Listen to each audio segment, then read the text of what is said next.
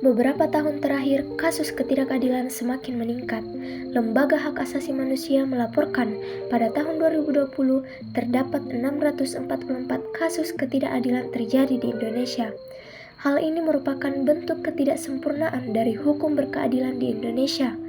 Namun, seperti yang kita ketahui, pada pasal 1 ayat 3, Konstitusi menegaskan bahwa negara Indonesia adalah negara hukum.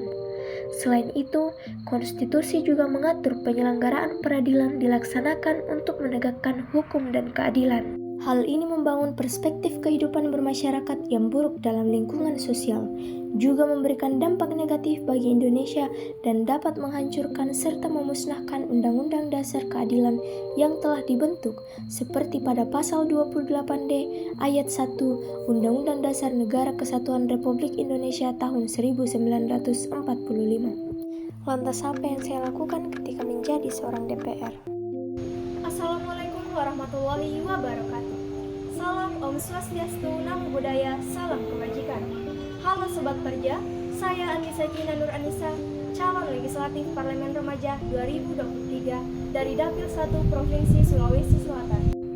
Ketika saya terpilih menjadi Dewan Perwakilan Rakyat, saya akan menyokong masyarakat untuk mewujudkan hukum berkeadilan secara nyata dengan mengoptimalkan 3 fungsi DPR, yaitu fungsi legislasi, fungsi anggaran, dan fungsi pengawasan. Yang pertama, fungsi legislasi. Melalui fungsi ini, DPR bersama Komisi 3 DPR RI akan merancang dan mengembangkan Undang-Undang Nomor 48 Tahun 2009 guna meningkatkan kualitas dan implementasi hukum yang berkeadilan, di mana sebelumnya belum terrealisasi sempurna. Yang kedua, fungsi anggaran. Melalui fungsi ini, DPR dapat memberikan persetujuan atas rancangan undang-undang tentang APBN berupa alokasi dana di bidang hukum. Untuk implementasinya, alokasi dana tersebut akan dikeluarkan secara semaksimal mungkin untuk menghindari penyelewengan dana oleh Komisi 3 DPR RI untuk mewujudkan keadilan. Yang ketiga, fungsi pengawasan.